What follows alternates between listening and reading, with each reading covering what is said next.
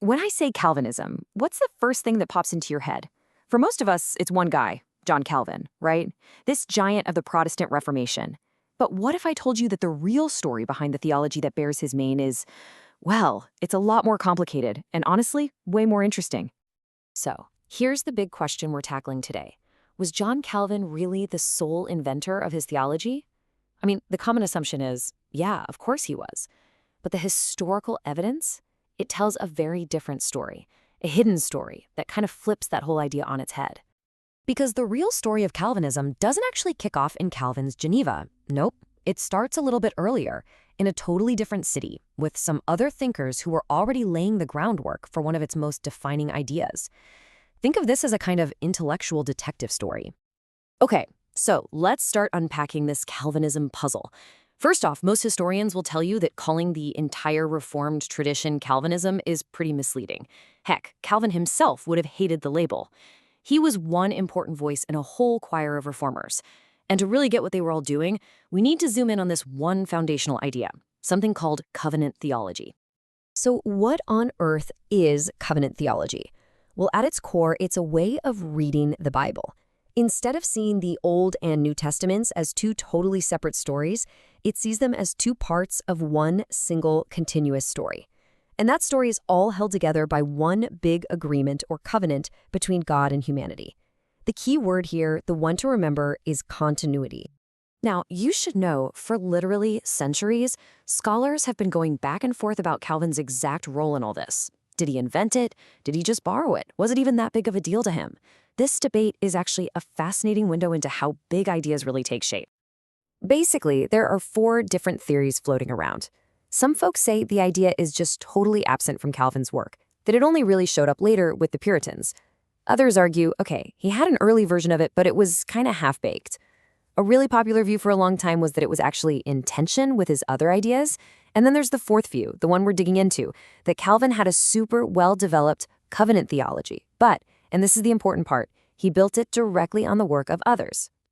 And this is where our detective story takes a really interesting turn. To find the source of this idea, we have to look away from Calvin's Geneva and travel across the Alps to another Swiss city, Zurich. Because it's here that 2 other major reformers were already deep in this very idea before Calvin even published his big work on it. So our first pioneer is a guy named Huldrych Zwingli. And we know he was first because his successor, a man named Heinrich Bullinger, wrote about him, saying Zwingli showed them the, and I'm quoting here, chief point of his religion, the understanding of his one eternal covenant. So Bullinger himself is pointing right back to Zwingli as the guy who started it all. So Zwingli kind of gets the ball rolling. He uses this idea of a single continuous covenant to make arguments for things like infant baptism. You know, if kids were part of the covenant in the Old Testament, why wouldn't they be in the New? But it was his successor, Heinrich Bullinger, who really took this idea and ran with it. He made the covenant the absolute center, the organizing hub of his entire theology. And, most importantly, he wrote the very first book ever dedicated to the subject, all the way back in 1534. Okay, this timeline right here, this is where it all clicks into place. The sequence is just undeniable. 1525, Zwingli is using the argument. 1534, Bullinger publishes his game-changing book on it. Then, 2 years later, in 1536, John Calvin publishes the first edition of his magnum opus, the Institutes. And guess what? A fully developed idea of the covenant? It's not really there. It's only in the second edition, in 1539, that bam, a massive new chapter on the covenant just appears. So the natural question is, how did these ideas from Zurich make their way over the Alps to Geneva? Well, it's not a huge mystery. Calvin and Bullinger had actually met in person. And maybe more importantly, Calvin was really good friends with another reformer, Martin Bucer, who got a copy of Bullinger's book and just raved about it. So, the word was out. These ideas were in the air. All right, the crucial piece of evidence. I mean, the real smoking gun. It's hiding in plain sight in that 1539 edition of the Institutes. It's right there in that brand new chapter he added. And specifically, it's in the title he gave it. That title tells you everything you need to know about which side he was on.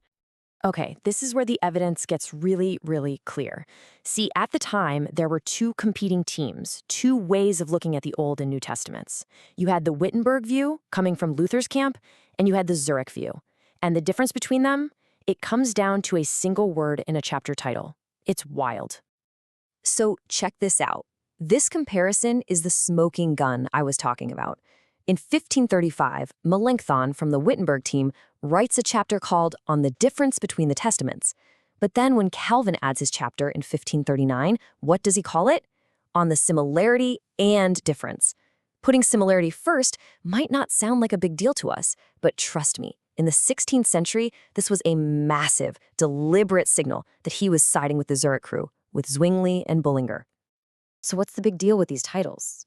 Well, the Wittenberg view saw the Bible as a story of two opposing forces, law in the Old Testament versus gospel in the New. But the Zurich view, the one Calvin clearly adopted, saw law and gospel as just two different ways of administering the one single covenant of grace. Here's an easy way to think about it. Wittenberg saw two different books. Zurich and Calvin saw two chapters in the exact same book. And just in case there was any doubt left, Calvin basically spells it out for us. In that very same chapter from 1539, he writes, and I quote, "The covenant made with all the patriarchs is so much like ours in substance and reality that the two are actually one and the same." I mean, come on, he could not be any clearer. He's directly channeling the ideas that were coming out of Zurich. So, where does this leave us with John Calvin's legacy? Does this make him less of a genius? Not at all. In fact, it just reframes his genius. See, he wasn't some lone inventor cooking up theology in a vacuum. He was a brilliant synthesizer, a master architect who could see the best ideas around him and build them into this incredibly powerful and coherent system. So here's the bottom line. John Calvin did not invent covenant theology. What he did was perfect it. He took the foundational work on biblical continuity from Huldrych Zwingli, he took the systematic framework from Heinrich Bullinger, and he wove them together into what became a cornerstone of the entire Reformed tradition. And that really leaves us with one final thought, doesn't it? This whole story just goes to show that huge, world-changing ideas rarely, if ever, spring from a single mind. They come out of conversation, out of debate, and from people building on the work of those who came before. It kind of makes you wonder, what other lone geniuses from history were actually just the most famous member of a really brilliant team?